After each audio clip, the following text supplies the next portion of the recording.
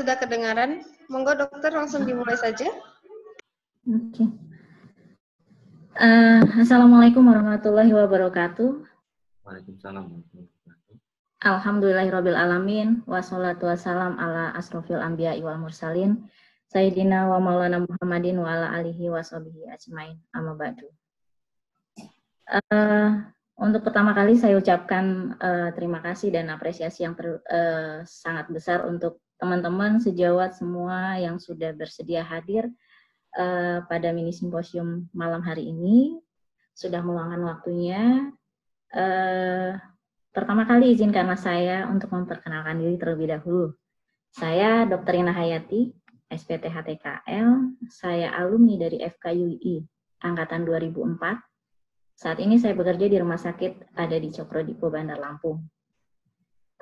Pada kesempatan malam hari ini, saya mendapat satu kehormatan untuk memandu jalannya simposium ini, mini simposium ini. Dalam hal ini diadakan oleh Ikatan Alumni FKUI dan mengusung tema tentang bagaimana menyikapi pandemi COVID dari berbagai disiplin ilmu. Sebelumnya juga saya mau mengucapkan terima kasih dulu untuk Ikatan Keluarga Besar Alumni FKUI. Tumblernya sudah nyampe, keren banget. Jadi untuk teman-teman semua yang mau berminat, monggo silakan bisa dihubungi admin dari IKA FKUI. Keren. Jadi pada kesempatan hari ini kita akan mendatangkan dua orang ahli. Dalam hal ini ada dua disiplin ilmu, yang pertama dari patologi klinik dan juga radiologi. Seperti yang teman-teman ketahui, saya kasih slide bentar ya. Jadi,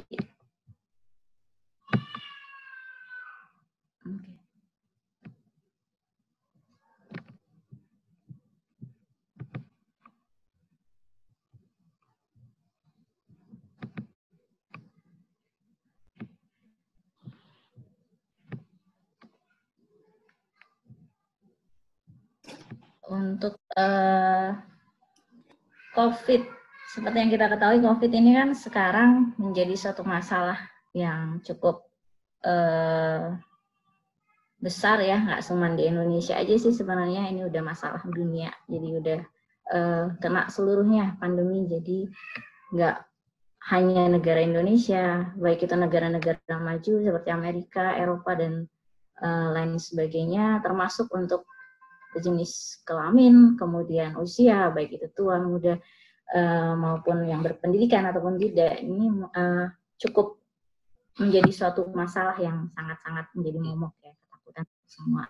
Karena memang seperti yang kita ketahui mungkin dari sebelum-sebelumnya juga udah banyak data-data seberapa banyak sih yang sudah terjangkit untuk COVID ini sendiri. Untuk dunia sendiri kalau nggak salah tuh hari terakhir kali saya lihat update itu udah hampir 1 juta jiwa yang kena. Sedangkan untuk daerah Indonesia sendiri itu udah mencapai sekitar 26.000, hampir 30.000. Dan ini menimbulkan suatu kekhawatiran karena di sini ada untuk mortality rate-nya lumayan sih, sekitar 2,8%. Kemudian untuk corona sendiri sebenarnya udah lama dan ini nggak asing lagi. Cuman yang muncul di 2019 ini dalam bentuk suatu bentuk yang novel yang baru. Jadi memang mungkin agak sedikit lebih bisa dibilang agak sedikit galak dibandingkan kakak-kakak sebelumnya seperti SARS, MERS. Karena ya seperti yang kita ketahui ini bisa mengakibatkan suatu sindrom respiratori yang lumayan berat. Jadi sangat memprihatinkan kalau memang sudah sampai ke fase yang ke arah gangguan nafas berat. Jadi memang tidak semua orang sih yang terpapar sama COVID ini bakal terinfeksi. Dan juga nggak semua pasien yang terinfeksi itu bakal mengalami gangguan pernafasan yang berat. Jadi memang balik lagi ke kalau kita belajar dulu sistem pertahanan tubuh ya. Jadi di sini ada respon imun kita. Jadi kalau misalnya dilewati itu ada beberapa tahap. pada satu tahap awal itu ada fase di mana si kuman itu masuk inkubasi. Jadi di sini mungkin tidak ada gejala untuk penderita-penderitanya, dan juga virusnya mungkin bisa aja terdeteksi atau tidak. Nah, disinilah peran penting gimana sih kita bisa menentukan kapan si orang itu terinfeksi atau tidak. Mungkin di sini nanti ada ahlinya, Dr. Nur, sekaligus juga ada Dr. Haryo yang akan membawakan presentasi mengenai terkait tersebut. Jika sistem imun kita bagus, maka dia akan masuk lagi. Virus tadi akan tereliminasi sedikit-sedikit. Jadi bisa aja nanti pada tahapan selanjutnya, penderita itu memiliki gejala yang ringan atau bahkan tidak ada gejala.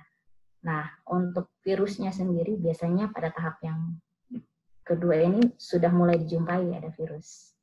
Situ juga nanti kita akan cari tahu apa sih yang spesifik dan untuk deteksi awal seperti apa. Nah, jika tubuh tidak bisa menangannya lagi, akan masuk ke tahap selanjutnya, di mana akan muncul gejala respiratori yang memang cukup berat. Nah, di sini ada terjadi virus loading yang cukup tinggi memang di sampel yang diambil, mungkin seperti itu. Kemudian nanti bisa juga dilihat bagaimana sih gambaran radiologinya, seperti itu. Nah, seperti yang kita ketahui di sini memang sebelum-sebelumnya sudah banyak mungkin guru-guru besar kita, sejawat kita, senior kita yang memang sudah pergi dan gugur karena pandemi ini sendiri. Untuk THT sendiri cukup lumayan banyak juga. Cuman di sini juga saya ditanya sama panitia, kenapa sih kok kebanyakan kena dokter THT? Jadi seperti yang saya bilang sebelumnya sih ya, menurut saya jadi banyak faktor lain bisa satu pengaruh. Memang awalnya ada usia tua nih gitu, lebih banyak seperti yang dilaporkan di Italia, tapi enggak juga seperti itu. Jadi enggak memandang usia, juga tidak memandang jenis kelamin dan lain-lain sebagainya, tapi memang dari beberapa kasus memang beberapa ada komorbidnya. Jadi nggak hanya usia tua saja, jadi memang ada dokter yang memang usianya masih muda atau tenaga medis yang lainnya muda tapi bisa juga terinfeksi. Jadi yang paling ini sih komorbidnya ada, dan juga memang dia lebih rentan, seperti misalnya kayak profesi kami ya, memang nggak menginginkan profesi yang lain, tapi kalau untuk THT sendiri, untuk pemeriksaannya memang sangat-sangat riskan dalam klinis kita sehari-hari, karena kita nggak jauh-jauh dari pemeriksaan buka mulut, hidung, dan itu tidak untuk jarak nggak bisa dihindari, memang harus dari jarak dekat. Sementara untuk awal-awal kita memang ada kesulitan dalam hal alat pelindung diri ya, memang agak kesulitan untuk mencarinya, penyediaannya memang sangat-sangat, dan mungkin nggak hanya di Indonesia, di tempat lain pun seperti itu juga. Jadi memang seadanya lah, cuman memang saya pernah juga baca ada pemberitaan bahwa di sini disebutkan bahwa kemungkinan si tim medis yang gugur itu adalah karena salah pakai APD. Tapi saya nggak setuju sih dengan statement ini. Memang karena kondisinya ya, jadi dipakai seadanya, sebisanya, seefektif dan seaman mungkin. Kemudian ini beliau-beliau senior kami, jadi yang sudah duluan bisa teman-teman lihat mungkin ya, mungkin juga udah pernah lihat sebelumnya. Jadi dengan APD seadanya sangat minim sekali dan dengan resiko yang dikerjakan.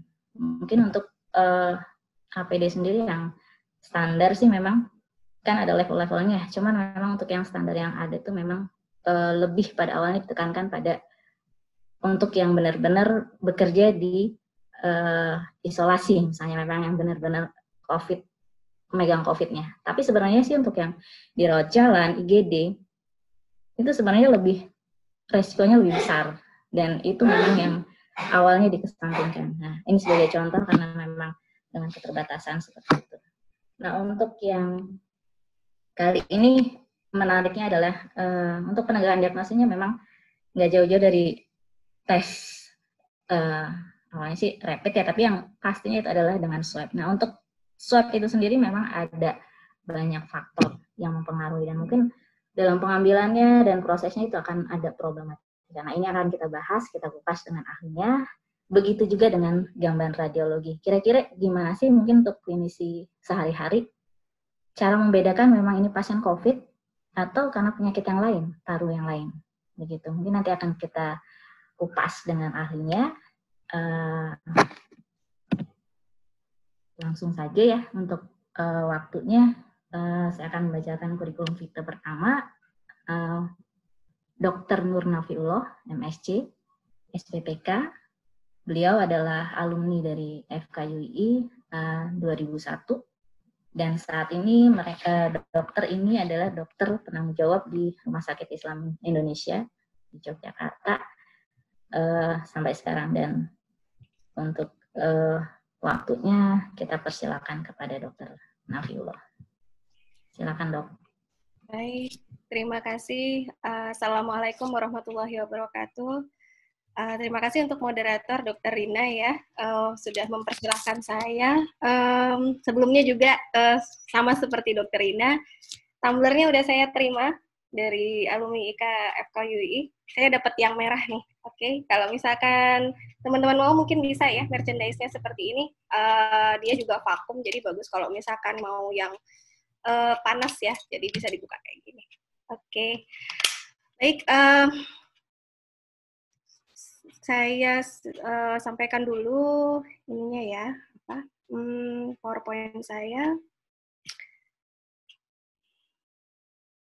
Sebentar, kok belum ke sharing. Sebentar.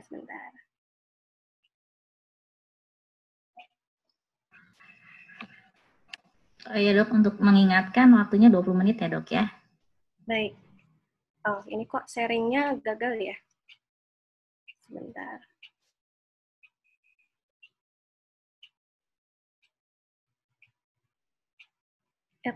Salah. Sebentar.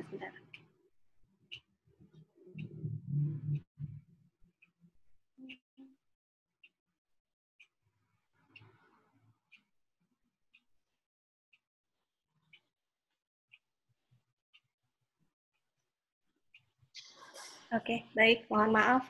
Tadi kok nggak bisa. Oke, terima kasih sekali Dr. Rina untuk waktunya 20 menit. Mohon nanti kalau misalkan saya agak kelebihan, saya diingatkan.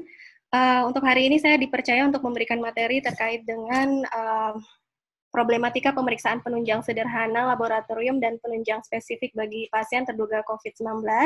Sebelumnya perkenalkan, nama saya Dr. Nur Nafiullah, Magister Sains Spesialis Patologi Klinik. Saya alumni FKUI 2001 atau saya adalah alumni pertama dari FKUI. Mungkin kalau yang di sini adalah teman-teman mahasiswa atau mungkin lulusan FKUI, saya adalah kakak paling tua di sini. Oke. Baik, kemudian saya melanjutkan pendidikan di ilmu patologi klinik dari FKUGM, kemudian magister sainsnya juga dari sana. Kemudian saat ini kebetulan saya untuk full timernya saya di RS Universitas Islam Indonesia. Kemudian saya juga di Laboratorium Klinik Kimia Farma yang ada di Adi Sucipto seberang Amplas. Kemudian ada satu rumah sakit saya di Astrini di Wonogiri. Baik, ini tadi mungkin sudah disampaikan oleh Dr. Rina terkait dengan situasi COVID-19 yang terkini, bahwa saya ambil datanya kemarin ya, data sampai dengan tanggal 30 Mei 2020 jam 4.18. Ini nanti bisa akses teman-teman di sini di covid19.co.id, peta sebaran. Kita lihat bahwa yang terkonfirmasi ini sudah 25.216. Kemudian yang dalam perawatan pada saat ini 17.204, yang meninggal 1.520, dan sembuh 6.492. Jadi antara yang sembuh dan terkonfirmasi ini memang jomplang sekali ya. Kemudian kalau kita lihat grafiknya, yang kasus terkonfirmasi, ini turun tapi tidak pernah sampai dengan landai sekali, itu belum pernah. Jadi memang ini harus menjadi kewaspadaan kita semua bahwa COVID itu belum benar-benar bisa teratasi di Indonesia.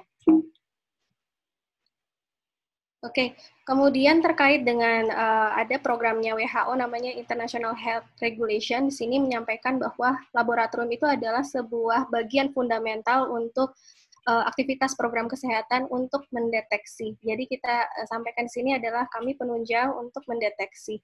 Dan ini disampaikan dalam workshop online penguatan pencegahan dan pengendalian COVID-19. Nah, sebenarnya laboratorium tuh harus punya modal seperti apa sih untuk COVID-19? Yang pertama adalah hematologi. Hematologi di sini yang direkomendasikan adalah darah lengkap atau complete blood count. Jadi yang kita sarankan adalah yang memiliki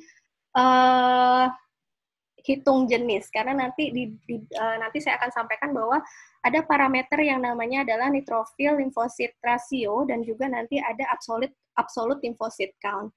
Dan jadi kalau di sini sih sebenarnya tidak harus 5 div, karena 3 div pun bisa. Karena kalau misalkan yang 3 div kan dia cuma neutrophil, lymphocyte, dan juga mix. Nah, mix ini biasanya antara monosit, eosinofil, dan basofil. Jadi karena kita cuma perlu neutrophil dan juga limfosit, saya pikir untuk yang 3 div itu sudah cukup. Dan kemudian di beberapa parameter, PPT, APTT di dimer ini juga sudah mulai direkomendasikan karena ada hubungannya dengan faktor koagulasi. Kemudian kimia klinik apa sih? Nah, ini ada liver function test, ada renal function test, ada analisa gas darah. Kemudian dari seroimunologi, C-reaktif protein, kemudian ferritin, dan juga pemeriksaan antibodi. Sedangkan untuk molekuler, ini ada PCR, dan ini juga termasuk tes cepat molekuler. Jadi mungkin teman-teman mungkin ada yang sudah pernah dengar, oh ya, sekarang ada pemeriksaan yang bisa direkomendasikan selain PCR, yaitu tes cepat molekuler. Kemudian untuk penetapan regulasi pemerintah sendiri terkait diagnostik laboratorium ini memang mengalami perkembangan ya. Jadi dari 10 Maret sampai dengan 13 April 2020, jadi awalnya penetapan RS rujukan, kemudian jejaring laboratorium, kemudian penetapan laboratorium pemeriksa, kemudian pedomannya untuk real-time PCR, kemudian sampai kemudian menyatakan bahwa COVID-19 sebagai bencana nasional. Nah, ini adalah usulan panduan pemeriksaan laboratorium COVID-19 dari Persatuan Dokter Spesialis Patologi Klinik. Ini ada, mungkin bisa nanti diakses di sini ya. Jadi protokolnya ini untuk pasien yang terkonfirmasi maupun belum terkonfirmasi COVID-19, yang pertama adalah screening. Jadi teman-teman harus di-screening dulu. Misalkan dari hematologinya, kita hitung nih, absolute lymphocyte count-nya. Dia kalau misalkan kurang dari 1.500. Kemudian neutrophil lymphocyte ratio, dibagi aja nih, neutrophil bagi limfosit, apakah dia lebih dari 3,13. Kemudian jika ada seroimunologi, C-reaktif protein, ini lebih dari 10 mg per liter. Kemudian jika ada akses pemeriksaan molekuler, maka TCM atau real-time PCR, kalau tidak ada, baru kemudian rapid test antigen atau rapid test antibody. Kemudian untuk diagnosisnya, di sini kalau dari patologi klinik ya nanti mungkin ada gambaran yang nanti combine dengan radiologi, tetap sama. Kemudian di sini sama ya, tetap sama yang di atas. Kemudian untuk pemantauannya ini serial 1-3 hari, disesuaikan kondisi klinis. Nah ini salah satunya hemoglobin, leukosit, neutrofil, ALC, NLR, jumlah trombosit, CRP atau prokalsitonin, ferritin, analisa gas darah, elektrolit, ini ada beberapa tambahan. Kemudian, ini kenapa ya? Oh ya, oke. Nah ini,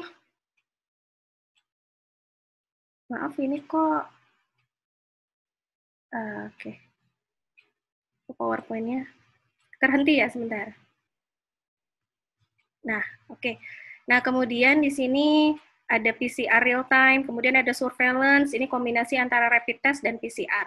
Kemudian ini ada gambarannya ya, jadi kalau tahap awal, leukosit sama limfositnya ini normal. Dalam progresnya itu nanti kemudian ALC-nya turun, NLR-nya naik, CRP-nya naik. Dan puncak pada hari ke-13, ini nanti leukosit, neutrofil, NLR, CRP nanti paling tinggi, ALC nanti sangat amat turun. Kemudian setelah pengobatan nanti limfosit absolutnya naik dan ini indikasinya baik. Nah ini adalah alur screening usulan dari PDS Patlin. Jadi ada darah lengkap, kimia, kemudian ada dikombin dengan radiologi. Nanti mungkin dengan Dr. Haryo ya gambaran untuk ground glass opacity-nya. Kalau misalkan ini bagus maka dan dia juga tidak ada riwayat misalkan kontak, lakukan physical distancing. Nah, kemudian misalkan iya, kemudian kalau tersedia TCM, langsung ke TCM. Kalau dia negatif 2 kali berturut-turut, berarti bukan COVID-19. Tapi kalau misalkan dia positif, maka dia terkonfirmasi COVID-19. Nah, kalau tidak ada molekuler, maka kita nanti larinya ke rapid test antibody. Kalau negatif, wajib ulang 10 hari. Kalau misalkan positif, ini nanti dia langsung wajib konfirmasi untuk TCM. Nah, kalau tadi yang setelah diulang 10 hari negatif, berarti dia bukan COVID-19. Nah, ini. Nah, kalau misalkan dia positif, terkonfirmasi COVID-19, ulang PCR, nanti ada berapa kali biasanya, sampai kemudian swab-nya negatif, baru dia boleh pulang dan tetap physical distancing 14 hari.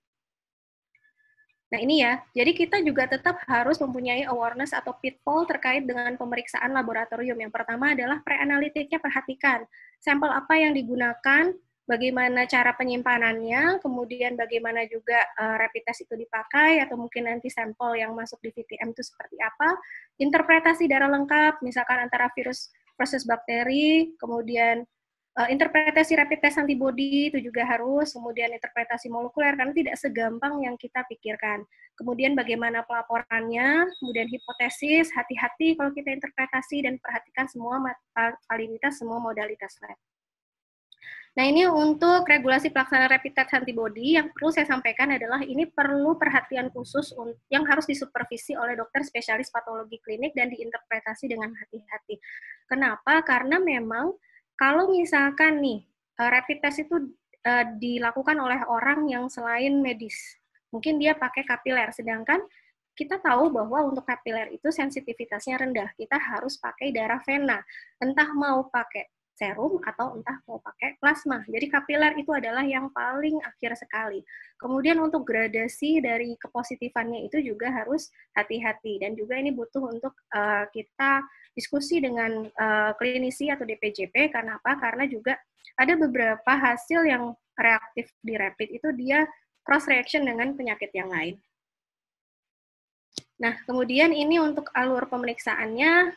Jadi seperti saya sampaikan, kalau rapid testnya positif, ini wajib dikonfirmasi dengan real-time PCR dengan swab dua kali berturut-turut ya. Kalau misalkan negatif, berarti dia bukan sakit COVID-19, tapi kalau dia positif, dia terkonfirmasi COVID-19. Nah, nanti evaluasinya seperti ini. Sedangkan kalau negatif, itu harus isolasi 10 hari. Jadi kalau misalkan pada saat ini kita kemudian rapid testnya negatif, hati-hati, jangan terlalu senang dulu. Bisa jadi kemudian itu belum ada antibodinya. Nah ini, jadi kalau misalkan hasilnya reaktif, sarannya adalah kita berikan remark di laboratoriumnya, bahwa ini harus dilakukan konfirmasi PCR, tetap lakukan social distancing, dan hasil reaktif juga ini bisa disebabkan karena cross reaction dengan penyakit lain. Nah, kalau misalkan non-reaktif, kita harus juga beri catatan bahwa bisa jadi ini tidak reaktif karena belum atau tidak terinfeksi, window period, atau dalam arti antibodinya belum terbentuk, pasien yang imunokompromis, jadi dalam arti memang dia tidak bisa membentuk antibodi yang maksimal. Kemudian antibodinya ini di bawah level deteksi alat. Jadi sudah ada antibodi tapi tidak cukup untuk menyebabkan reaksi positif. Nah, sarannya memang harus diulang rapid test antibodi 10 hari kemudian. Nah, ini seperti saya sampaikan, kalau secara teori sih memang IgM itu akan muncul di hari ke-5 sampai hari ke-7. Nah, nanti meningkat sampai hari ke-28 dan menurun pada hari ke-42. IgG akan muncul di hari ke-7 sampai hari ke-10 dan meningkat sampai hari ke-49. Jadi kalau misalkan IgG-nya itu sampai 3 bulan itu masih bisa bertahan. Tapi tetap kalau IgG-nya reaktif itu juga harus dikonfirmasi dengan PCR. Nah, seperti saya sampaikan, kenapa kita harus pentingnya mengulang hasil negatif 10 hari, karena kalau misalkan secara grafik tadi ternyata dia belum terbentuk, itu pasti akan menyebabkan hasil dia akan negatif, tapi belum tentu dia tidak terinfeksi. Nah ini ya, jadi kalau 7 hari pertama itu cenderung rendah, 11,1 sampai 38,3. Oleh sebab itu kemudian protapnya adalah diulang 2 kali. Nah, kadang-kadang itu saya mikir kalau misalkan di pemberitaan, apakah mereka rapid test sampai 2 kali? Nah, itu kita nggak tahu ya. Nah, ini juga pentingnya harus diawasi. Nah, hasil negatif ini yang saya kadang-kadang pikir, jadi mereka kalau udah sekali rapid test, kemudian mereka pikir, oh ya kita aman. Akhirnya mereka isolasi mandirinya menurun. Nah, tenaga medis juga harus hati-hati. Ketika misalkan negatif, akhirnya kewaspadaan penggunaan APD menurun. Nah, ini harus juga jadi perhatian teman-teman tenaga medis ya. Nah, kalau pada rapid test antibody SARS-CoV-2, kemungkinan false positif atau positif palsu, seperti saya sampaikan, adalah cross-reactive antibody dengan virus yang lain. Yang saat ini diketahui adalah 2, dengue dan tifoid. Jadi ketika misalkan dia ada dengue, trombosit turun. Nah, kadang-kadang COVID juga dia trombositnya turun. Kalau misalkan di laboratorium punya modalitas untuk membedakan dia dengan dengue, lakukan. Misalkan NS1 atau IgG, IgM dengue. Kemudian kalau misalkan untuk tifoid, jika punya IgM tifoid atau punya ini ya Widal, monggo dikonfirmasi. Jadi memang akhirnya jadi cenderung kita belanja lab ya dalam tanda kutip. Kemudian false negatif jelas ada. Jadi kalau misalkan tadi masanya itu dia ternyata belum masih masa inkubasi. Kemudian ada gangguan pembentukan antibodi pada pasien-pasien dengan imunokompromis atau antibodinya itu belum cukup untuk menimbulkan reaksi positif. Nah, ini ada satu alat yang ternyata dia di atasnya rapid dan dia mengeluarkan angka. Jadi dia itu kategorinya sih masih point of care testing. Jadi dibilang rapid juga enggak, tapi dia juga mengeluarkan cut off index. Ini lebih baik, kenapa? Karena dia mengeluarkan angka. Nah, untuk PCR sendiri, kita menilai dari materi genetiknya. Jadi kita nyari si virus. Nah, ini adalah yang berbasis DNA atau RNA. Seperti yang kita ketahui, COVID itu kan dia basisnya RNA ya. Nah, kemudian tapi tetap untuk PCR sendiri, kita juga harus melihat preanalitiknya gimana. Misalkan handling dari, dari awal ya, misalkan dari pengambilan swab-nya oleh orang yang mungkin kompetensinya belum ada atau belum terlatih sehingga itu kan namanya swab ya. Ketika swab kita mengambil sampel, ketika jumlah dari si virusnya kurang baik atau tidak keangkat, pasti hasilnya juga negatif. Kemudian ketika misalkan sudah keambil secara adekuat pun, bagaimana prosedur untuk handlingnya, transportnya, atau penyimpanannya, karena dia memang punya stabilitas sampel sendiri. Kemudian kalau misalkan dia PCR-nya yang manual, nah itu pipettingnya juga bisa ngaruh. Nah, kemudian untuk analitiknya, itu model alatnya seperti apa, kemudian apakah dia di diagnostic window, di luar dari diagnostic window itu juga mempengaruhi hasil dari PCR. Nah, kalau misalkan tadi surveillance, jadi untuk kombinasi PCR dan IgM itu dapat meningkatkan sensitivitas hingga 98,6%. Jadi saling melengkapi. Nah, permasalahan uji molekuler adalah seperti yang saya sampaikan. Jenis sampel, ketersediaan swab, dan VTM atau virus transport media. Jadi selain APD, pada awal-awal COVID-19 itu kita kesulitan sekali mencari yang namanya swab Dacron, kita kesulitan mencari virus transport media. Itu jadi kita juga nggak bisa ya, waktu awal-awal kalau misalkan teman-teman ingat itu untuk laboratorium PCR tuh hanya beberapa kan. Kemudian syaratnya adalah dia ada biosafety cabinet yang level 2. Tidak semua rumah sakit punya biosafety cabinet level 2. Dan kemudian dia perlu APD level 3. Kenapa? Seperti Dr. Rina sampaikan, ini kan swab ya. Swab itu adalah tindakan aerosol. Dan ketika kita juga mau memprosesing sampel-sampel swab itu ada kemungkinan terpercik aerosol sehingga kita perlu APD khusus level 3. Dan tidak semua lab dapat mengerjakan, antriannya panjang. Sehingga kalau misalkan kemarin dikeluarkan solusi rapid itu adalah karena alasan-alasan ini. Nah, kalau uji molekuler tuh seperti saya sampaikan, PCR tuh macam-macam. Ada yang otomatis, dalam arti sampel masuk, udah alat semua yang ngerjain. Ada yang semi otomatis, ada kita butuh proses pipetting. Manual tadi, kita fully manual itu pipetting. Dan itu pasti kalau sampelnya banyak, sehari itu mungkin nggak bisa ya, banyak itu nggak bisa. Kemudian ada perbedaan alat PCR, open dan close. Open dan close dalam arti begini, kalau dia open, berarti alat itu dia bisa menerima reagen dari mana-mana. Tapi ada juga alat PCR yang ketika satu brand dia nggak akan cocok. Nah, kalau closed system ini yang paling enak karena kita sudah pasti pakai dari alat itu. Ini yang tidak rata di Indonesia. Kemudian target gen yang digunakan itu juga beda-beda.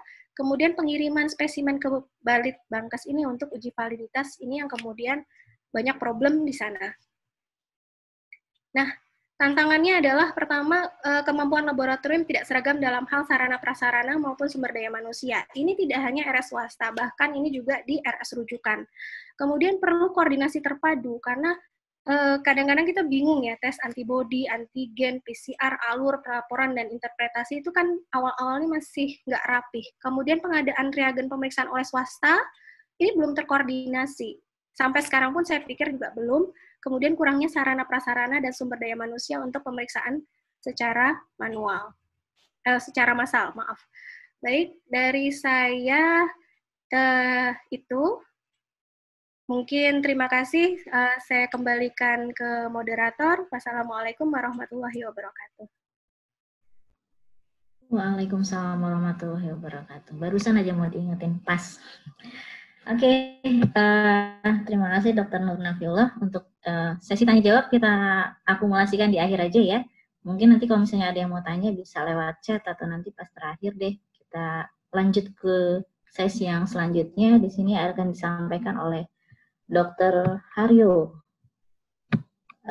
Saya bacakan sedikit tentang kurikulum vitae-nya. Dr. Haryo Chandra Kusumosari, spesialis radiologi. Beliau adalah dokter spesialis radiologi. Saat ini, kalau nggak salah ini Dr. Haryo adalah alumni FKUI tahun 2002 ya dok ya.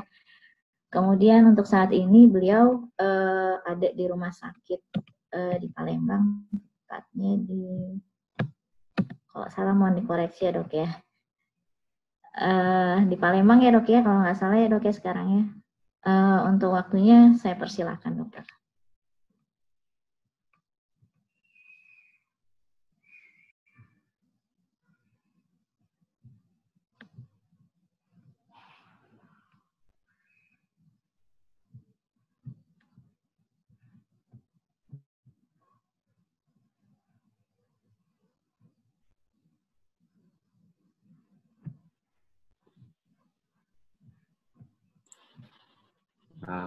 Baik, terima kasih kepada Dr. Rina sebagai moderator ini, dan juga saya juga berterima kasih atas kepercayaan atau ya istilahnya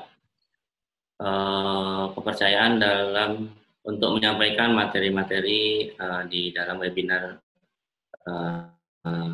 dari yang diselenggarakan di FKUI dari dunia ya. Nah di sini perkenalkan saya Dr. Haryo Chandra. Mungkin langsung aja ya. Saya share screen aja.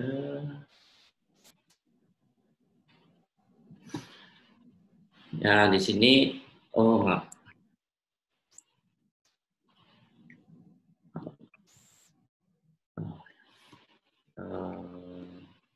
Maaf ya, ini lagi kendala share screen. Sini ya, ini perkenalkan nama saya Dr. Haryo Chandra Kusumosari. Di sini saya alumni FKUI tahun 2002. Pada mungkin sudah berapa ya, udah puluhan tahun ya nggak balik ke UII lagi kayaknya. Jadi pada ya sejawat dan juga adik-adik di FKUI maupun yang di luar FK yang sudah bekerja di tempat-tempat daerah-daerah, ini mungkin sebagai sarana untuk silaturahmi juga. Dan juga terima kasih juga, mungkin ada beberapa yang dari luar FKUI ya, ini terima kasih atas partisipasinya. Nah di sini saya diberi amanah untuk menyampaikan mengenai problematika pemeriksaan penunjang radiologi dalam membedakan pneumonia COVID-19 dengan gangguan paru-paru lainnya. Jadi di sini ada suatu pertanyaan bagaimana sih gambaran dari gambaran dari foto ronsen maupun CT scan dada untuk penyakit COVID-19 ini. Jadi dan ada juga beberapa tantangan-tantangan bagi kita untuk mendiagnosis penyakit COVID-19 ini. Jadi itu garis besar yang ingin saya sampaikan. Di sini saya untuk pendahuluan, seperti kita ketahui ya, coronavirus disease 2019 atau COVID-19 ini adalah suatu penyakit yang disebabkan SARS-CoV-2 ya, dan belum pernah diidentifikasi sebelumnya pada manusia. Jadi pertama ditemukan di kota Wuhan atau Cina. Gejala akutnya bisa berupa demam, batuk, dan sesak napas. Kemudian gejala beratnya bisa terjadi suatu pneumonia atau sindrom pernapasan gagal ginjal, dan bahkan kematian. Jadi ini hasil ronsennya bisa, yang paling khas adalah adanya suatu infiltrat atau konsolidasi pneumonia luas pada kedua paru. Jadi di sini ini saya ambil dari pedoman pencegahan ini dari revisi yang keempat dari Kemenkes RI ya. Gimana sih peran radiologi pada pada pandemi COVID-19 ini? Di sini radiologi maupun patologi klinik adalah yang kita ketahui bahwa itu adalah penunjang diagnosis. Jadi untuk menunjang tertegaknya diagnosis dari COVID-19 ini, terutama kalau untuk pemeriksaan radiologi ini kita mengetahui ada tidaknya pneumonia. Nah ini pneumonianya ini bisa dibagi, kita bisa sangkakan ya, dalam artian suspek ya, bisa memang gambaran khas dari COVID atau non COVID. Di sini yang jadi tantangan tersendiri di bagian radiologi. Kemudian pemeriksaan radiologi ini tidak direkomendasikan untuk screening COVID secara luas. Jadi misalkan pada suatu daerah, desa lah, anggap aja desa atau suatu kota, semuanya diperiksa radiologinya semua. Nah itu sebenarnya tidak direkomendasikan. Nah, kapan sih dilakukan pemeriksaan radiologi, atau pada siapa aja sih yang dilakukan pemeriksaan radiologi? Nah di sini pemeriksaan radiologi itu dilakukan pada pasien yang pertama itu adalah kecurigaan COVID. Jadi ada riwayat kontak, ada riwayat perjalanan, kemudian ditambah dengan gejala-gejala klinis lainnya. Kemudian radiologi ini juga dilakukan untuk pasien-pasien secara untuk screening untuk tindakan bila ada rencana tindakan medis tertentu, misalkan ada mau dilakukan operasi operasi atau ya melahirkan secara partus normal dan sebagainya. Nah ini diperlukan pemeriksaan radiologi untuk menyingkirkan ada tidaknya pneumonia COVID-19 itu. Nah, untuk pasien asimptomatis atau memiliki gejala ringan, bisa juga misalkan mau dirawat, nah itu bisa juga direkomendasikan untuk pemeriksaan radiologi maksudnya. Nah kemudian pemeriksaan radiologi torak atau dada ini tidak cukup sekali sebenarnya untuk dilakukan. Jadi ada suatu ketika pasien itu normal toraknya. Nah di sini jadi misalkan dia ada riwayat kontak dengan pasien konfirm positif, atau ada riwayat perjalanan dari zona merah dan sebagainya, terus dia pasiennya OTG lah dalam artian. Nah ini dia diartikan bisa normal gitu toraknya. Nah di sini perlu dilakukan follow up. Jadi kalau untuk pasien PDP ini adalah follow up itu dilakukan jika untuk pasien PDP, OTG atau ODP itu adanya suatu perburukan klinis. Jadi misalkan dia awalnya tidak sesak dan foto ronsennya dia normal, tiba-tiba beberapa hari berikutnya dia perburukan, bisa sesak atau demam dan sebagainya. Atau dari hasil labnya dia cenderungnya ke COVID. Nah itu untuk sebagai follow up. Jadi peran radiologi di sini untuk penegakan diagnosis dan juga untuk follow up gejala-gejala dari pasien COVID. Nah ini di sini diagnosis ya. Diagnosis ini untuk pada pasien COVID ini kan kita ketahui ya ada 3 ya, ada 4 kriteria pasien yang terduga COVID-19. Jadi ada pasien OTG, orang tanpa gejala, ODP, PDP, dan juga confirm COVID. Nah, di sini di pemeriksaan radiologi ini mempunyai tantangan dalam penegakan diagnosis 3 kriteria pasien, OTG, ODP, dan PDP. Ini yang jadi tantangan untuk penegakan diagnosis di dalam ilmu radiologi ya. Jadi kalau sudah confirm COVID, ya sebenarnya hanya konfirmasi aja, ronsennya gimana sih.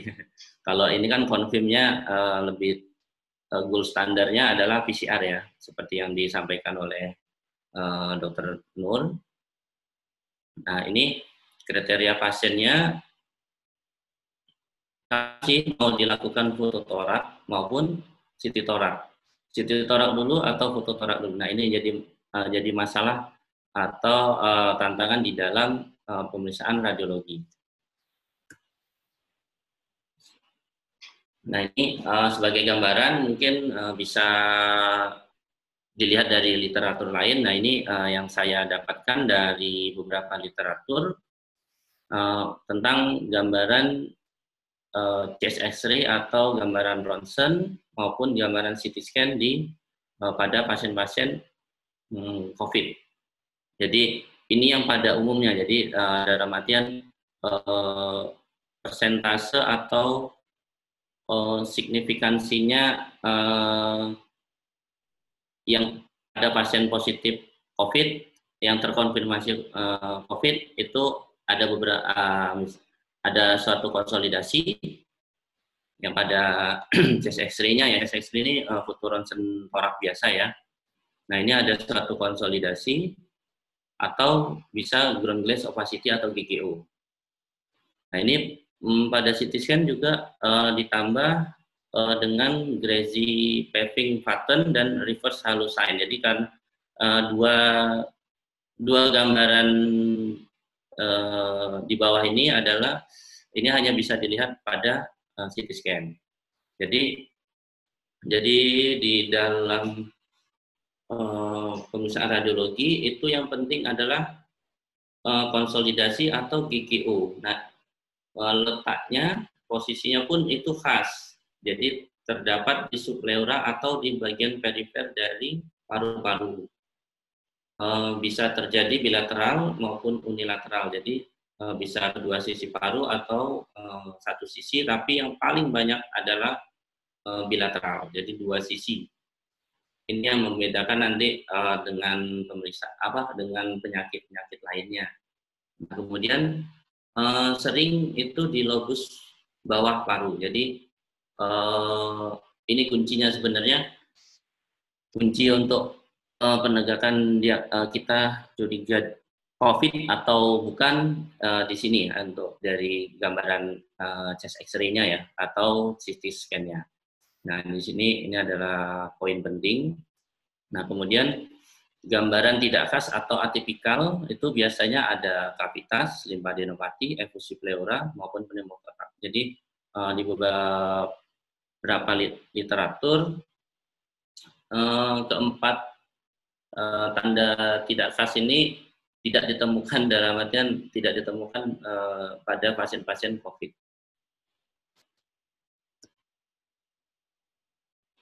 Nah, ini saya menyampaikan sedikit tentang perbandingan masalah sensitivitas maupun spesifisitas dari X-ray, CT scan, dan PCR. Nah, di sini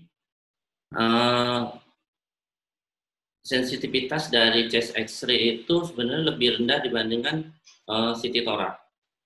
Nah, di sini karena CT torak itu dia lebih lebih sensitif, dan pada pasien dengan chest X-ray normal kadang CT scan-nya positif, ada suatu ground glass atau konsolidasi. Kemudian sensitivitas chest X-ray juga itu lebih sangat rendah ya dibandingkan dengan PCR ya. RT-PCR ini perbandingannya, RT-PCR ini 91%. Mungkin nanti lebih jelasnya ke Dr. Nur. Kemudian sensitivitas chest CT torak ini sebenarnya lebih tinggi dibandingkan dengan PCR. Jadi sekitar 97% sampai 98%. Jadi mengapa? Karena di beberapa literatur itu dikatakan bahwa tingkat kesulitan dan mungkin prosedur pemeriksaan ya PCR itu lebih lama kan dibandingkan CT thorax. Jadi dia karena CT thorax tadi bisa istilahnya sensitivitasnya dia lebih tinggi dibandingkan RT-PCR, jadi bisa disandingkan lah untuk suatu screening gitu, dalam artian untuk screening awal pasien dengan terduga chest X terduga COVID-19 sambil menunggu dari tes RT-PCR. Nah, seperti itu. Jadi maksudnya di sini. Nah, dia ini walaupun dia sensitif CT thorax ini, tapi dia mempunyai spesifitas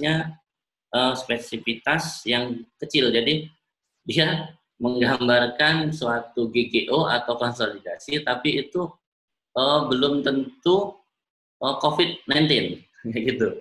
Jadi sampai dikatakan terkonfirm positif dari PCR. Jadi spesifitas untuk menentukan itu memang benar-benar COVID atau bukan, nah itu sangat rendah dibandingkan RT-PCR. Kemudian dari akurasi dari tadi karena ada akurasi CT thorax ini untuk diagnosis sekitar 68%. Nah ini karena ada jadi tantangan tadi, ada penyakit-penyakit yang menyerupai dengan COVID-19. Nah di sini jadi sebuah tantangannya. Ini mungkin ini aja ya. Nah ini kapan sih dilakukan CT scan? Nah, jadi ada 4 tahap pada CT scan. Jadi di sini sebenarnya mengikuti pola dari virulensi atau patofisiologinya ya, dari suatu patofisiologi dari virus itu sendiri, virus corona. Nah ini pada tahap awal itu 0 sampai 4 hari setelah onset. Jadi misalkan ada pasien timbul gejala demam, batuk atau sakit tenggorokan. Nah ini dan gejala itu istilahnya timbul dalam waktu 0 sampai 4 hari. Nah itu bisa ada antara 2, hasil CT scan-nya maupun hasil thoraxnya itu bisa normal atau ada GGO-nya. Jadi di sini jelaskan di literatur ini hampir setengah dari jumlah pasien itu memiliki CT thorax yang normal dalam 2 hari setelah onset COVID-19. Nah, kemudian fase progresif ini sekitar 5 sampai 8 hari. Jadi ada peningkatan suatu gambaran GGO dan terdapat gambaran frenzy paving. Pada puncak, istilahnya tahap puncak itu 9 sampai 13 hari, ini ada suatu konsolidasi. Jadi GGO ini akan berubah menjadi konsolidasi, jadi agak lebih padat. Nanti saya tampilkan, ini sekedar teori dulu saja. Kemudian pada fase absorpsi ini lebih dari 14 hari dari onset COVID tadi. Nah ini ada suatu fibrosis atau sisa kelainan yang masih tampak hingga 1 bulan atau selamanya. Jadi fibrosis inilah yang nanti mengaburkan dengan penyakit-penyakit dari yang disebabkan oleh tuberkulosis. Nah ini dari literatur Wong ya, ini dari frekuensi ini.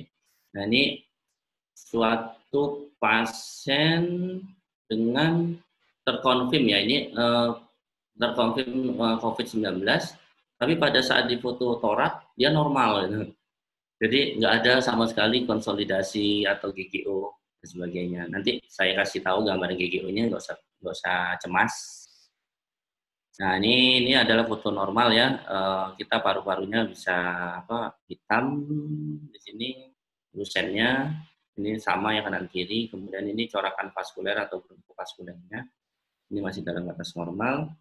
Nah ini yang bikin tantangan ini. Karena chest X-ray ini dia punya sensitivitas yang rendah. Ini foto-foto normal, gambaran normal pada chest X-ray ini pada pasien-pasien OTG. Kemudian bisa dipengaruhi adalah waktu pemeriksaan chest X-ray-nya mungkin masih dalam fase infeksi awal. Nah, jadi dokter 5 menit ya. lagi ya, Dok.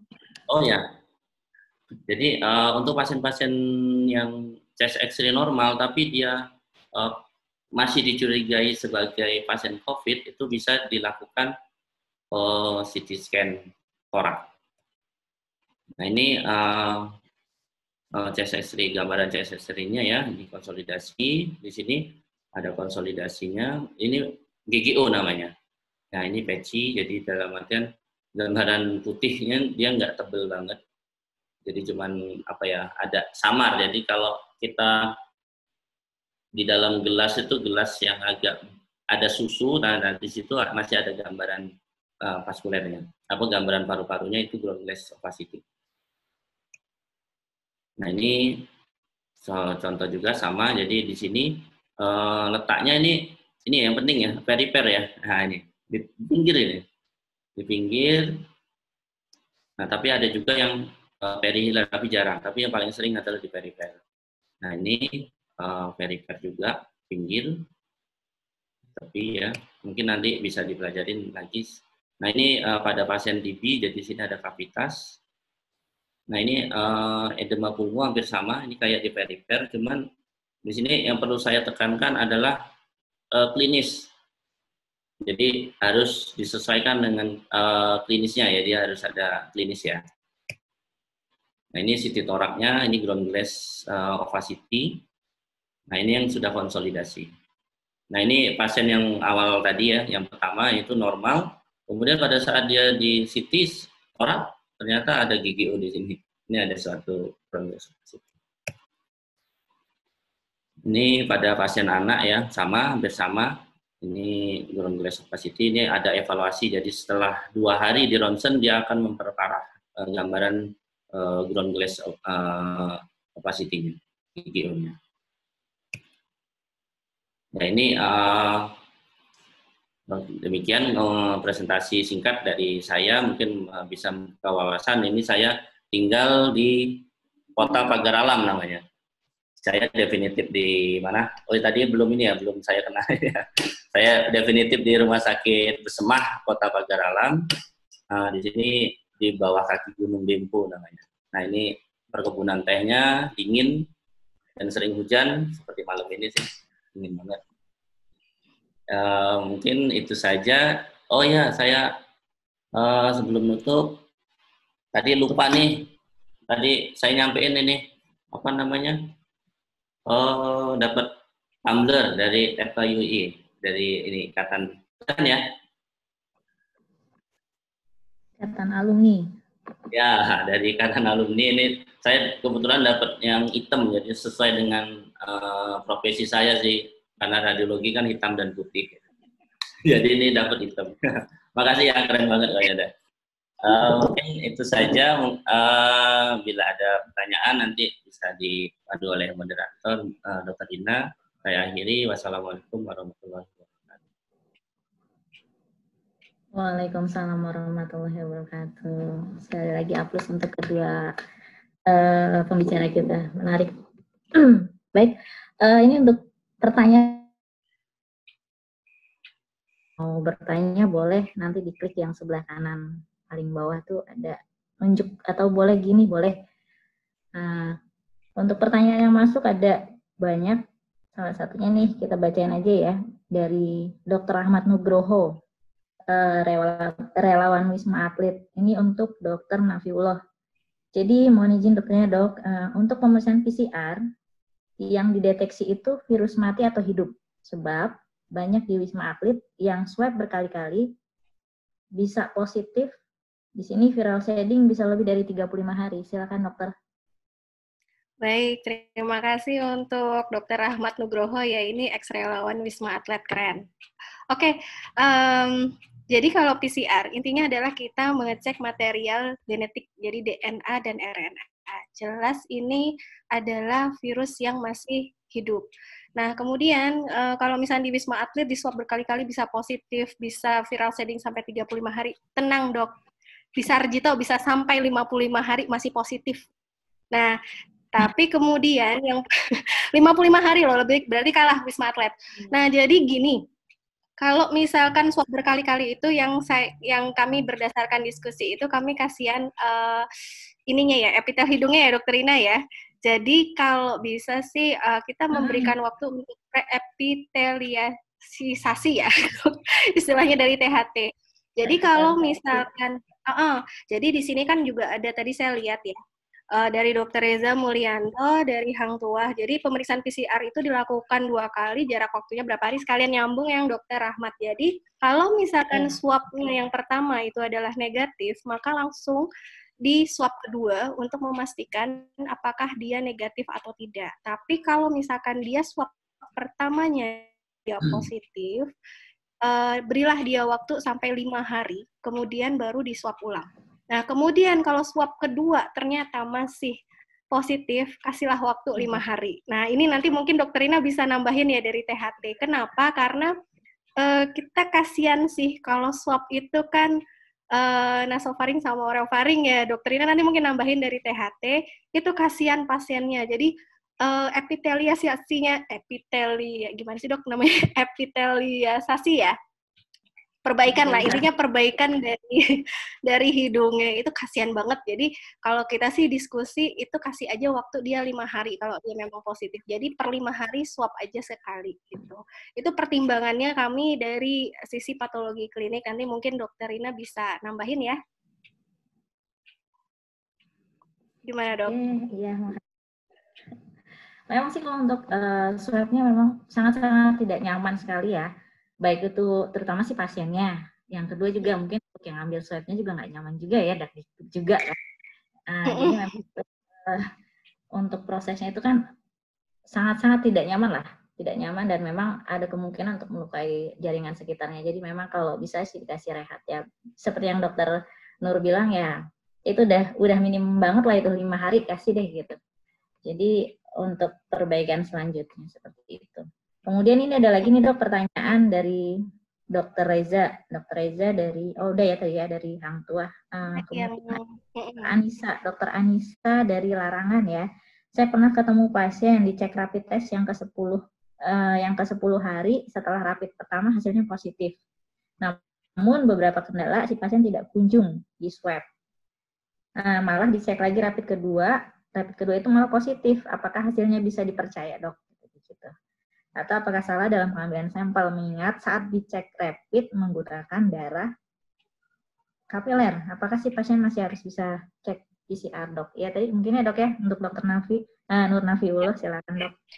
Tadi kayaknya udah sedikit disinggung juga sih. Baik, ini sekalian untuk menjawab yang di atas pertanyaannya Dokter Karisma. Jadi hasil rapid itu memang ada yang namanya reaktif atau non-reaktif. Jadi kita sekarang tidak pakai istilah negatif atau positif, tapi kita pakai istilah reaktif dan non-reaktif. Kemudian kalau dicek rapid yang pertama itu hasilnya positif, memang kita harus perlu pastikan ini sebenarnya dia tes apakah dia pengen mandiri tes atau kemudian dia ada kontak sebelumnya, kontak erat misal nakes, atau yang kedua misalkan dia dari perjalanan red zone. Itu juga perlu diperhatikan karena seperti yang saya sampaikan bahwa antibody IgM itu secara teori hari ke-5 sampai hari ke-7 itu baru terbentuk. Nah, kecepatan untuk pembentukan IgM itu tiap orang juga berbeda karena tergantung gizi yang pertama, kemudian bagaimana tubuhnya merespon terhadap penyakit. Nah, kemudian kalau dia di rapid test lagi yang kedua, hasilnya positif. Apakah hasilnya bisa dipercaya? Kembali kalau misalkan laboratorium, kita lihat lagi preanalitiknya. Yang pertama, kalau misalkan dia pakai kapiler. Jelas kapiler itu sensitivitasnya paling rendah. Nah, kemudian kalau rapid saya sarankan yang pertama dan kedua perlakuannya itu harus sama. Misalkan, yang pertama pakai kapiler, yang kedua pakai kapiler. Jadi kalau yang pertama pakai kapiler, yang kedua pakai vena, itu pembandingnya sudah beda. Kemudian, kalau bisa sih ya, pergunakan rapid dengan brand yang sama. Kenapa? Karena saya di laboratorium, saya pernah loh nge-running satu pasien yang sama, tapi hasil dari 3 brand rapid itu berbeda. Bayangkan. Jadi ketika saya pakai satu brand A, IgM-nya reaktif, pakai brand kedua yang dia Ig total, dia non-reaktif. Saya punya lagi satu brand rapid yang IgM tok, itu non-reaktif. Nah, sekarang kita mau pegang yang mana? Kan nggak mungkin. Sekarang tinggal kita kemudian kembali ke bagaimana performa rapid. Nah, rapid hati-hati. Rapid itu juga saya tidak bilang bahwa rapid itu tidak bisa dipercaya ya. Enggak, karena memang faktor pengganggunya itu banyak banget. Jadi kalau misalkan nih, satu contoh aja, misalkan teman-teman baca rapid itu di atas waktu bacanya, itu bisa hasil reaktif. Saya pernah ketemu satu case, saya pakai satu brand ya, anggap aja dia Vivadiag. Mungkin ada yang sudah pernah dengar ya brand Vivadiag. Kemudian dia kan sudah keluarkan tuh secara gradasi warna. Kalau G3 ke bawah berarti dia non-reaktif. Nah, saya pakai patokan itu. Kemudian ada satu brand yang dia tidak ada patokan seperti itu. Saya coba diamkan itu rapidnya di suhu udara lebih dari 15 menit. Dari non-reaktif dia bisa jadi reaktif. Hati-hati. Jadi kasusnya Vivadiag di Bali kemarin, mungkin itu adalah tes massal di mana dia juga tidak dipantau secara baik. Pembacaan di atas 15 menit, hasilnya harusnya non-reaktif itu jadi reaktif. Atau dia dari samar G3, dia jadi kuat jadi G5. Karena itu jelas, saya pernah, karena saya membuktikan sendiri di laboratorium, karena saya suka kepo ya untuk rapid. Nah itu, jadi kalau misalkan dibilang, apakah bisa dipercaya? Kembali lagi, pre-analitiknya seperti apa? Analitiknya seperti apa. Nah, kalau misalkan kalau teman-teman punya akses untuk PCR, itu jauh lebih baik. Karena memang secara sensitivitas, spesifisitas pasti di atas dari rapid. Gitu. Oke, Mbak. Kayaknya ini banyak nih dok yang mau nanya sama dokter nih. Tapi untuk dokter Hari juga ada. Bentar ya dok ya. Ini sekaligus Dokter Rehan Arahman ini dari Bayangkara juga, Bayangkara Lampung, FKUI 2013. Jauh juga ke Lampung ya. Oke, di sini bertanya, di sini menjelaskan bahwa dari hasil PCR itu sama swab itu bisa aja hasilnya negatif palsu. Kira-kira apa aja sih dok yang bisa menjadi penyebab hasil negatif palsu itu tadi? Ini saya bacanya karena dia dari swab ya. Jadi kalau swab kembali kalau laboratorium perhatikan pre-analitik dan analitik dan post-analitik. Nah, pre-analitiknya untuk yang PCR adalah pertama pengambilan sampelnya seperti apa. Saya tadi sampaikan apakah yang mengambil sampel ini sudah terlatih atau kompetensinya cukup. Kemudian yang kedua itu adalah swabnya itu dipakai apa. Jadi kita nggak boleh, yang saya baca nggak boleh pakai lidi swab. Nah, waktu itu ketika misalkan kita sudah tidak ada VTM virus transport media kan dia sudah sama si swab dacronnya ya. Nah, itu kalau sudah cocok, balik lagi, packingnya seperti apa, penyimpanannya seperti apa, delivery-nya seperti apa, itu juga dia bisa menyebabkan hasilnya tidak baik. Nah, kemudian kalau misalkan pengambilan swab itu apakah harus analis atau paramedis, tidak harus dokternya, kembali lagi saya kembalikan kepada kompetensi dan juga apakah dia sudah terlatih. Jadi kalau analis dan paramedik, kalau analis sih sudah jelas kalau dia sudah terlatih itu boleh. Kalau misalkan paramedis, perawat, saya belum dapat info dari PPNI ya, jadi saya belum tahu secara PPNI dan saya takut salah bicara. Kalau analis, itu sudah jelas dari persatuan mereka mengatakan bahwa ketika mereka sudah terlatih itu boleh. Kalau dokter pun yang sudah terlatih, dokter umum yang sudah terlatih. Kalau yang sudah ada kompetensinya memang dari SPTHT. Nah, dari SPPK pun itu boleh asal sudah terlatih. Gitu. Oke, gantian nih dok ya untuk Dokter Cahyo. Dokter Cahyo, di sini ada pertanyaan dari Dokter Vina dari FKUNS. Di sini, apakah semua pasien asimptomatis tanpa riwayat kontak dengan pasien COVID yang mau rawat inap itu harus dilakukan pemeriksaan radiologis, misal chest X-ray untuk screeningnya dok? Terima kasih. Kemudian juga ada Dokter Yoyo. Di sini, apakah ada rekomendasi untuk USG torak dok? Apakah ada ciri khusus pneumonia biasa dengan COVID pada hasil foto ronsennya? Silakan Dokter Haryo. Oh ya, terima kasih atas pertanyaan dari ini Dr. Vina ya dari FKUNS. Pertama ini dia menanyakan tentang pasien asimptomatis tanpa riwayat kontak dengan pasien ya. Jadi tindakan screening untuk pasien-pasien yang tanpa riwayat kontak, sebenarnya ini tergantung dari kebijakan rumah sakit masing-masing sih sebenarnya. Jadi untuk kan pada saat kita pandemi ini kan sudah tidak tahu lagi ya, apalagi yang di zona merah ya, dia walaupun dia OTG, dia kontak dengan siapa dan siapa. Jadi ada beberapa rumah sakit yang mewajibkan untuk dilakukan screening sebelum dia dirawat inap, atau sebelum masuk, pokoknya di awal sebelum masuk rumah sakit dia harus screening dulu untuk chest X-ray, atau bahkan ada juga beberapa rumah sakit itu yang istilahnya melakukan screening dengan CT thorax, dia langsung, jadi tapi dengan low dose ya, bukan CT thorax yang biasa. Nah ini sebenarnya tergantung dari rumah sakitnya. Kemudian ada sih sebenarnya panduan dari Persatuan Dokter Radiologi. Jadi di situ bisa dipertimbangkan pada pasien-pasien asimptomatik tanpa riwayat kontak dengan pasien, jika ingin dirawat inap itu dilakukan pemeriksaan radiologi. Nah itu sudah ada direkomendasikan sih sebenarnya.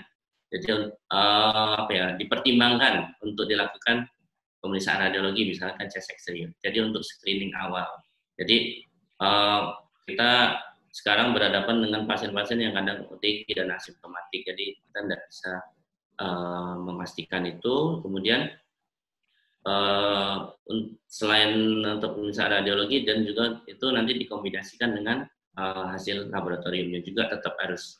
Jadi dengan rapid test atau apalah pokoknya yang di rumah sakit masing-masing. Nah ini kalau untuk yang pertanyaan yang dari Yoyo ya, RSUD Pangkalan apa nih? Sebaya ya? Sebaya. Sebaya. Ya, rekomendasi untuk USG thorax ada nggak dok? Kalau untuk USG thorax di sini dari Persatuan Dokter Radiologi ini tidak direkomendasikan, karena pertama dia pelaksanaannya ya dengan pasien itu lama ya, saya kontaknya dekat banget, kemudian waktu pelaksanaannya juga mungkin hampir kayak swab juga. Jadi benar-benar riskan. Jadi situ untuk USG thorax tidak direkomendasikan. Jadi kemudian ada yang dari ini ya. Dokter Yupin juga nih dok, ada kalau untuk persentase kesembuhan dari pasien COVID ini parunya bisa membaik lagi ada berapa persen sih dok? Oh ya, ini saya ada baca nih dokter PAP murah ya, PKM dari Pucang ya. Nah ini di sini sebenarnya nggak ada ini ya penjadwalan untuk pemeriksaan chest X-ray ya. Dalam artian misalkan misalkan dia pasien itu dia ronsen toraknya normal, nah itu nanti dilihat ada progresivitas penyakitnya enggak. Kalau misalkan dia tidak ada istilahnya dalam artian normal saja, tidak ada sesak, itu enggak perlu diulang lagi, cuma cukup sekali aja. Nanti dikombinasi sama hasil laboratoriumnya atau PCR-nya, swab-nya ya. Nah, kemudian yang dari mana tadi, dokter? Dokter Yupin, dok. Dokter siapa? Dokter Yupin dari Pati. Ini untuk kesembuhan parunya kira-kira berapa persentasenya, dok? Persentase untuk pasien yang sudah sembuh dari COVID, parunya bisa membaik atau enggaknya itu sebenarnya kalau persentasenya sih saya kurang yakin ya. Cuman proses dari perjalanan penyakit itu bisa dia menjadi fibrosis parunya. Jadi seperti kayak gambaran TB ya. Jadi tapi perlu di cross check dengan ya istilahnya radiologi ini nggak mentah, dia harus menentukan dia istilahnya juga kali ya, dok. Tapi itu dilihat dari klinisnya sebenarnya. Nah ini perlu dikonfirmasi. Nah kalau untuk persentase dia membaik atau sembuhnya mungkin saya belum bisa jawab karena takut salah berapa persentasenya, tapi ada resiko pasien yang terkena COVID ini setelah terjadinya konsolidasi dia bakalan menjadi fibrosis di situ. Tapi ada juga yang tidak. Tapi rata-rata memang ada sequelnya ya dok ya? Nah, tapi nggak separah dengan pasien TB. Gitu aja. Iya, oke. Ini masalah TB lagi nih, ada dari Dokter Raihan lagi. Jadi untuk kasus pasien yang curiga COVID disertai dengan infeksi lain dengan tambahan TB paru nih dok, kira-kira modalitas yang paling baik itu seperti apa ya dok ya? Nah ini CT scan atau gimana? Ya, sebenarnya kalau dari untuk modalitas pencitraan, untuk kita curiga ada TB juga, ada juga COVID, itu paling sensitif sebenarnya yang tadi dari CT scan tadi ya. Cuman di sini perlu dipertimbangkan lagi secara klinisnya gimana. Jadi dalam artian tetap harus konfirmasi klinisnya dulu. Jadi ada khasnya sebenarnya dari infeksi gambaran ronsen pada COVID maupun pada TB paru. Jadi itu beda banget ininya, tempat lokasinya, bahkan istilahnya gambaran ronsennya pun itu beda. Jadi kalau dia TB paru cenderungnya ada kavitas. Tadi kan saya sampaikan bahwa kavitas itu tidak ditemukan pada pasien-pasien COVID. Nah, seperti itu sih sebenarnya. Tapi ini nanti misalkan ada suatu tetap masih ada kecurigaan pasien ini adalah COVID, nanti dilanjutkan dengan CT scan dan juga disandingkan dengan yang PCR tadi. Jadi saling melengkapi ya istilahnya penunjangnya, Dokter Nur ya. Betul. Saling melengkapi kok sebenarnya laboratorium dengan radiologi ya dok ya. Oke dok, ini ada dok untuk Dokter Nur. Jadi di sini ada dari Handik Rozik, RSCC Jogja. Apakah benar dok COVID yang ada di Cina, Amerika, Eropa itu berbeda dengan yang ada di Indonesia? Salah, bukan Indonesia. Maksudnya di Cina, Amerika, Eropa itu memang berbeda. Jenis berbeda pencerahannya dok. Kalau saya sih bukan berbeda. Gini, jadi COVID-19 itu dia ada 3 tipe A, B, dan C. Kenapa yang dia menyebabkan berbeda itu adalah karena si COVID ini, si SARS-CoV-2 itu dia sudah bermutasi.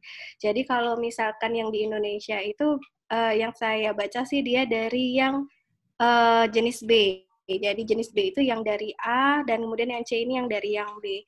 Nah, kalau berbeda RNA-nya itu jadi dia ada sedikit perbedaan rantainya.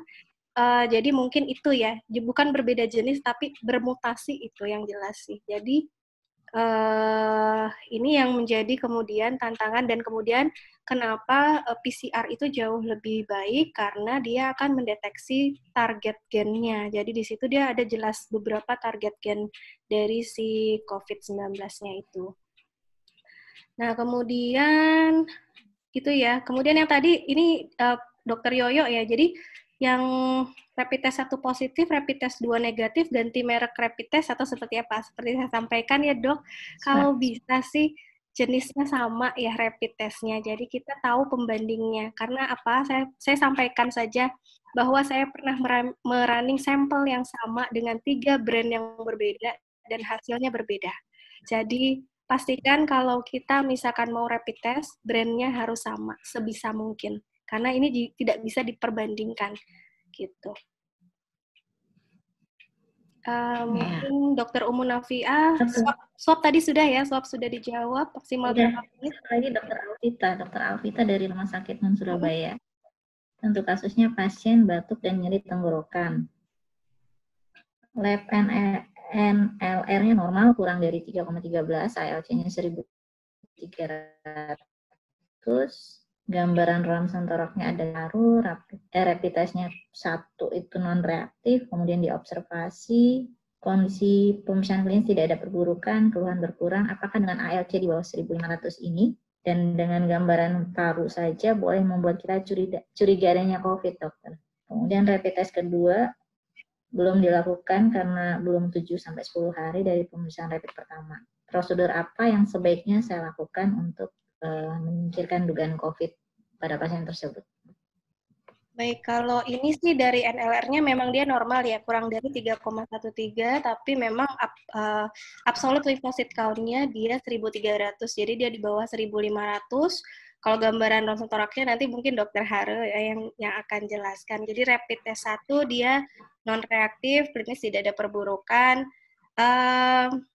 Apakah kita boleh curiga adanya COVID-19?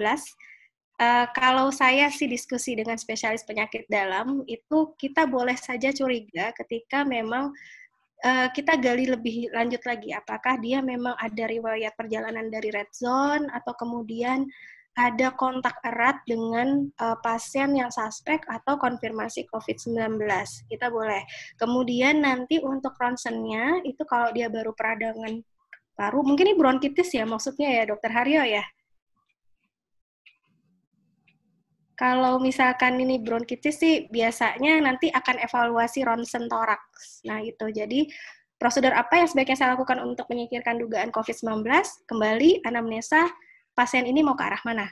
Kadang-kadang kan juga kalau misalkan dia absolute lymphocyte count-nya itu dia 1.300, artinya kan dia limfositnya ini rendah ya. Kalau misalkan dia limfositnya rendah, lihat apakah dia ada kecurigaan ke arah misalkan ke arah viral atau ada bakterial lain selain COVID-19.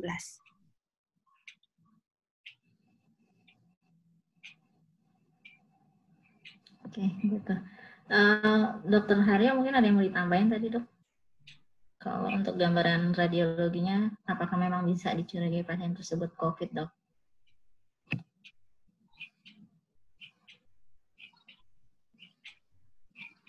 Halo.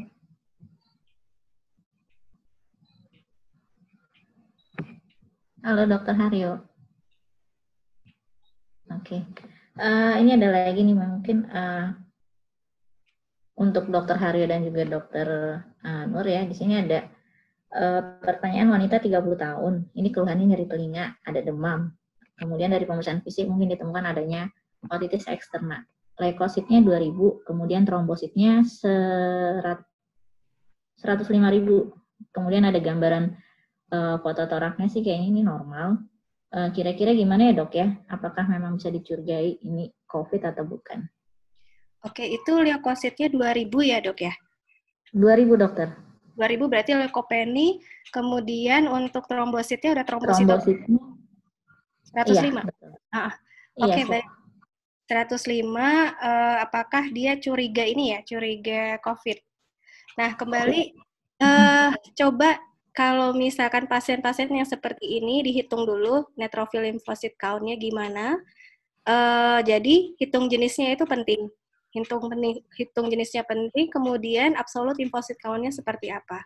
Kemudian ketika ini trombositnya rendah, dia kan otitis ya, berarti. Kalau ketika dia otitis, pastikan apakah ini memang ada peradangan atau infeksi bakterial di sana.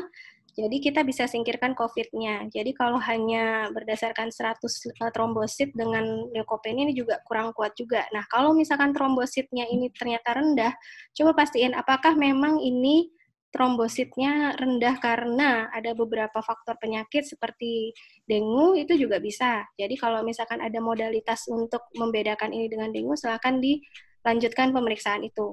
Jadi kalau misalkan tidak ada akses, nah ini yang agak susah kemudian ya. Jadi kalau saya sih selalu rekomendasi mungkin ini dikombin dengan ronsen toraks. Oke, gitu ya, Dok ya. Kemudian ini ada lagi nih, Dok, dari Dokter Agung Sulistyo. Ini ada hubungannya juga sih sebenarnya kalau kita operasi juga. Memang selama ini sih masih dibatasi operasi, tapi pertanyaan gini, untuk pasien-pasien yang akan dilakukan operasi, rapid test-nya bagaimana? Apakah cukup 1 kali atau bisa 2 kali, Dok? Karena memang untuk operasi sih beberapa sejawat memang ada sempat kecolongan juga sih. Ternyata setelah operasi malah hasilnya positif, gitu, Dok. Kemudian ada lagi dari Dokter Agung juga di sini untuk memastikan OTG atau ODP, apa perlu dilakukan sampai CT scan atau cukup X-ray aja? Itu mungkin untuk dokter Harriet ya. Begitu juga untuk yang pasien-pasien dengan persalinan, apa ibu yang rapid test reaktif, bayinya juga bakal seperti itu. Resiko terpaparnya seperti apa begitu dok. Jadi dari dokter Agung Sulistya tapi nggak mencantumkan ini dari mana ya. Oke, baik.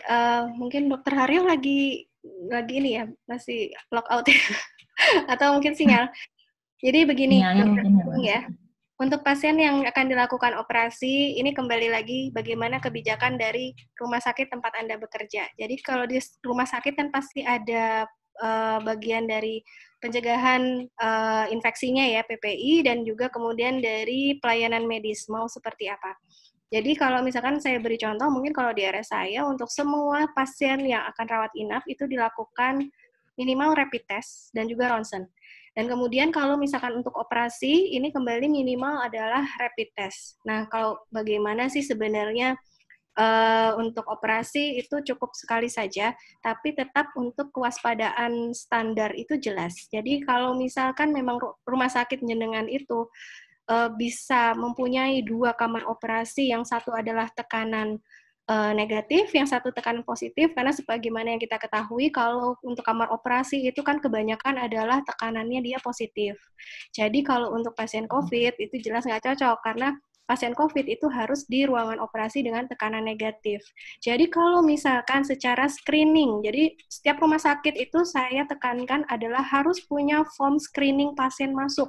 Jadi kalau misalkan apakah dia dari daerah red zone, kemudian apakah dia ada nakes, terlepas bahwa pasien itu jujur atau tidak ya.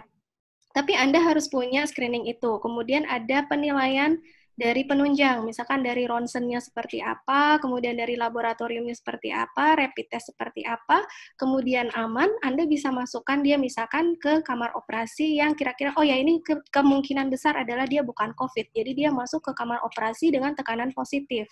Mungkin APD-nya pun akan berbeda, tapi ketika misalkan dari depan screening Anda adalah ini sudah mengarah ke arah COVID-19, maka kalau bisa nih, kalau bisa, karena memang ini terkait dengan sarana rumah sakit ya, silahkan Anda ke satu ruang yang dia tekanan negatif dan APD level 3, itu sudah wajib. Jadi jangan sampai juga kalau kita dari depan tidak aman, kemudian operator kamar operasi ini juga kemudian tidak aman. Nah itu jadi pentingnya sebelum meng-ACC operasi pasien, itu silakan itu harus jauh lebih ketat sekali. Kemudian untuk persalinan, kembali saya berdiskusi nih dengan teman-teman dokter Obgyn. Hati-hati dengan hasil reaktif pada ibu hamil. Karena ternyata hampir, ya mungkin saya baru dapat sampel dari RS saya dan satu teman saya yang di RSCM ya. Jadi untuk ibu hamil itu hasil rapid test-nya beberapa itu dia ternyata reaktif. Ketika di tracing, ternyata itu tidak ada riwayat kontak dan kemudian hasil tracingannya pun negatif. Jadi ketika kami berdiskusi dengan dokter Obgyn, kami berpikir ini ada sesuatu di dalam tubuh ibu hamil yang ini bisa menyebabkan cross reaction hasil reaktif dari ibu hamil. Tapi kita juga tidak bisa menyingkirkan hasil reaktif ini. Jadi kalau kami berdiskusi dengan dokter Obgyn, persalinan itu tetap bisa dilakukan setelah hasil rapid test-nya reaktif, tapi di VK itu harus ada ruang isolasi. Jadi melahirkannya ketika dia normal, dia melakukan persalinan normal di ruang isolasi dengan APD level 3. Ya, kemudian untuk misalkan untuk bidan yang membantu atau misalkan dokter yang ke sana pun hanya terbatas orang, tidak terlalu banyak orang. Kemudian kalau misalkan dia harus operasi nih SC, nah itu kemudian kalau saya diskusi dengan dokter Obgyn ada beberapa permasalahan selain situasi kondisi kamar operasi yang dia tekanan positif. Jadi itu kalaupun tidak bisa wajib pakai APD level 3. Kemudian kembali lagi nanti ke dokter Obgyn ya, karena saya waktu itu pernah ketemu satu pasien ibu hamil, dia IgG-nya yang dia reaktif. Jadi kalau IgG, ada beberapa pertimbangan dari feto maternal bahwa kalau IgG itu tidak IgG reaktif, dia tidak boleh dilahirkan persalinan, karena ada satu kasus tiba-tiba kok apnu pasiennya setelah beberapa hari. Nah, jadi kemudian kami berdiskusi tetap harus screening dari depan, kewaspadaan standar itu jelas, APD ketika teman-teman membantu persalinan atau di kamar operasi, jangan disepelekan, itu saja.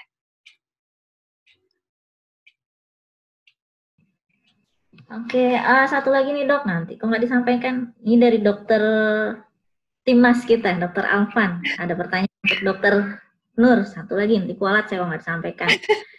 Ini jadi dok, mohon izin, sebentar lagi kan akan diadakan buka kompetensi olahraga sepak bola Indonesia, pertandingannya juga internasional. Bakal banyak atlet yang akan dilakukan screening COVID. Berikut pelatih, manajemen, panitia. Apakah syarat pemeriksaan, jenis, fase rehabilitasi saat mereka datang berkumpul pertama ke mes tinggal atlet? Silakan dokter Nur.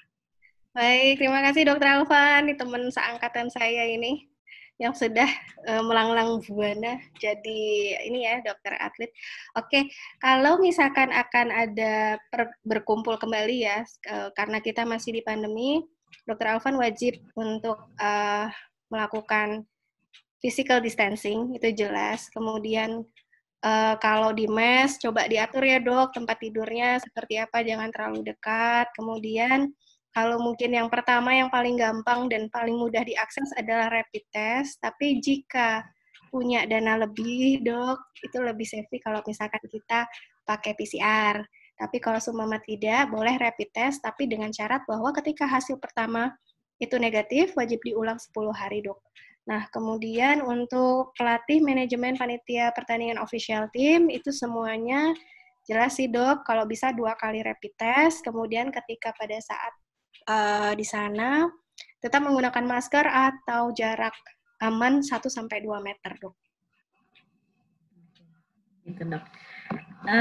Jadi dok, sekali lagi nih dok, kalau misalnya ternyata nih pasien sudah ternyata positif COVID dan dinyatakan sembuh, apakah bisa terjadi reinfeksi atau reaktivasi seperti halnya penyakit seperti TB gitu dok? Ini dari Nabila, FIUI 2019 untuk Dr. Nur. Oh iya, baik.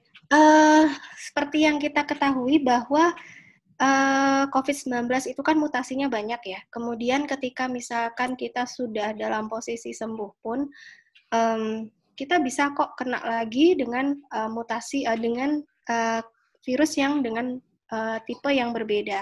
Jadi misalkan seperti gampangannya adalah misalkan dengue itu kan variasinya cukup banyak ya, dan kita juga bisa kena lagi walaupun misalkan dulu pertama sudah pernah kena.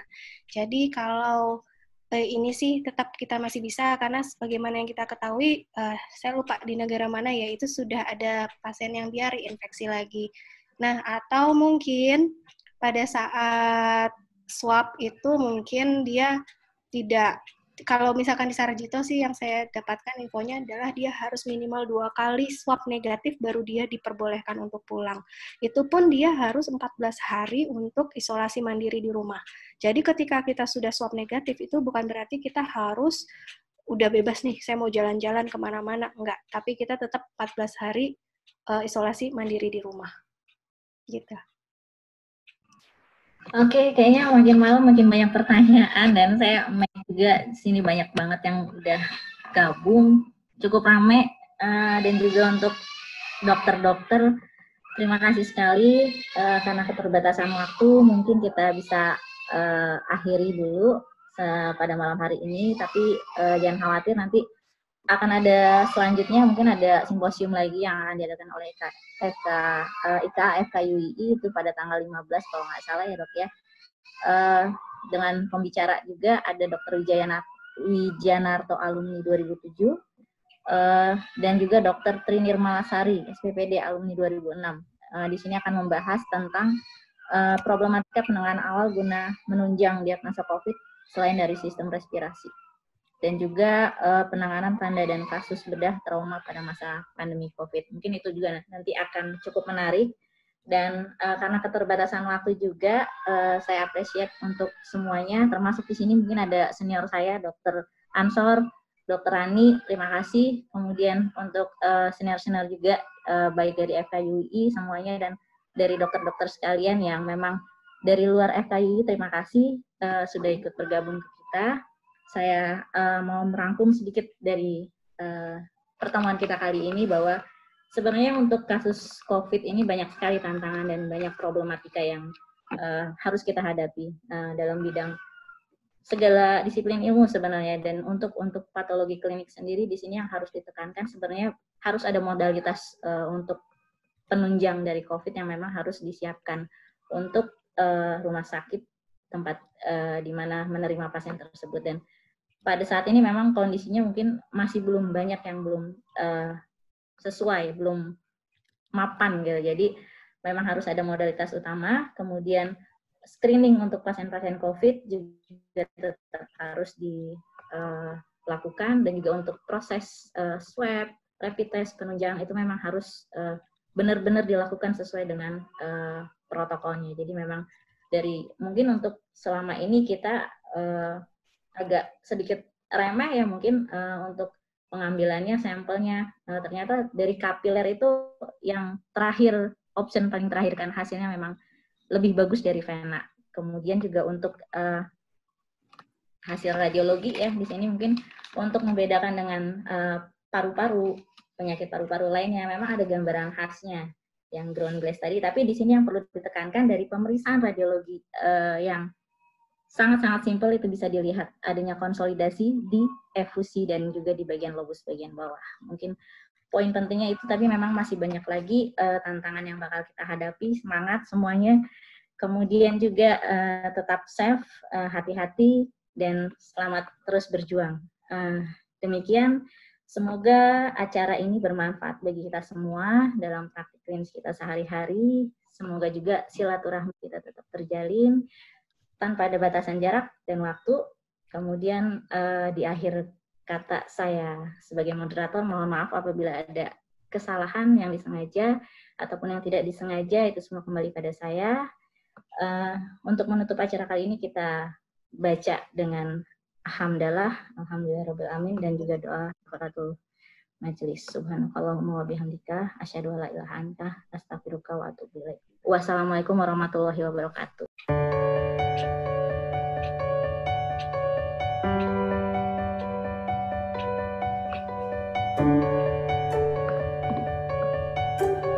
Untuk open donasinya bisa disalurkan juga nih.